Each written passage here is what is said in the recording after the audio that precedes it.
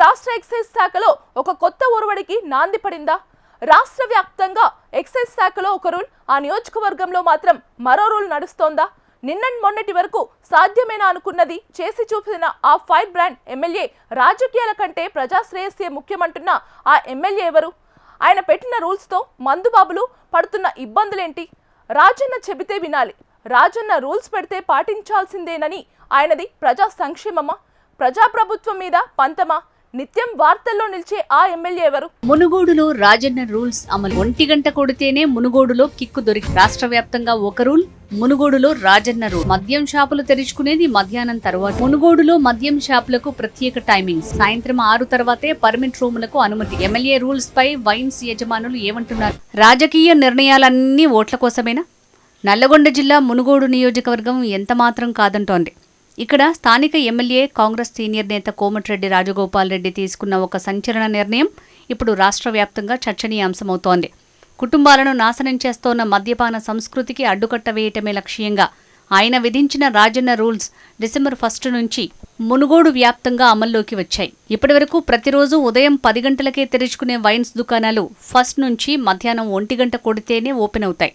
MLA సంకల్పానికి wines యజమానులు సైతం పూర్తిగా సహకరించడంతో మునుగోడులో మందు కథ పూర్తిగా మారిపోయిందన్న టాక్ రీసౌండ్ చేస్తోంది. ఇప్పటి వరకు ఒక లెక్క ఇప్పుడొక లెక్క అన్న సినిమా డైలాగ్ని నిజం చేస్తూ మునుగోడులో మద్యం విక్రయాలపై కఠినమైన నియంత్రణ విధించారు ఎమ్మెల్యే రాజగోపాల్ రెడ్డి. ఉదయం 10 గంటలకు బదులు మధ్యాహ్నం 1 గంటకు మాత్రమే వైన్ షాపులు తెరుచుకోవాలి.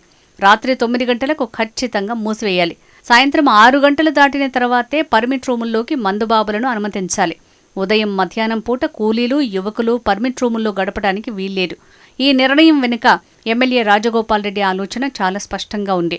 ఉదయం నుంచే వైన్ షాపులు తెరుచుకోవటం వల్ల కూలీలు, యువత పనులకు వెళ్లకుండా మద్యం మత్తులో మునిగిపోతున్నారు.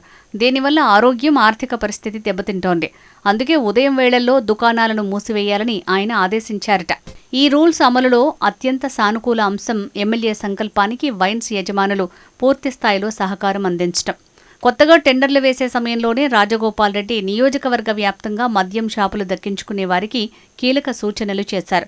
నియోజకవర్గంలో ఎక్కడా బెల్ట్ షాపులు నిర్వహించకూడదని హుకుం జారీ చేశారు. షాపు యజమానులు సిండికేట్ అవ్వకూడదన్నారు. గ్రామాలకు దూరంగా ఊరి బయటే విక్రయాలు జరపాలని నిబంధన విధించారు.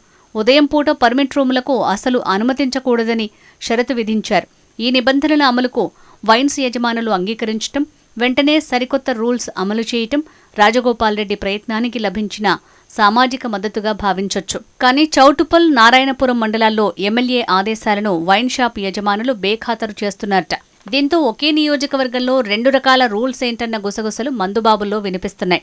ఎమ్మెల్యే రాజగోపాల్ రెడ్డి తీసుకున్న ఈ నిర్ణయంపై మునుగోడు ప్రజల నుంచి, మరీ ముఖ్యంగా మహిళల నుంచి భారీగా హర్షాతిరేకాలు వ్యక్తమవుతున్నాయి. ఈ నిర్ణయం కుటుంబాల ఆర్థిక స్థితి మెరుగుపడటానికి దోహదపడుతుందని సామాజిక విశ్లేషకులు అభిప్రాయపడుతున్నారు.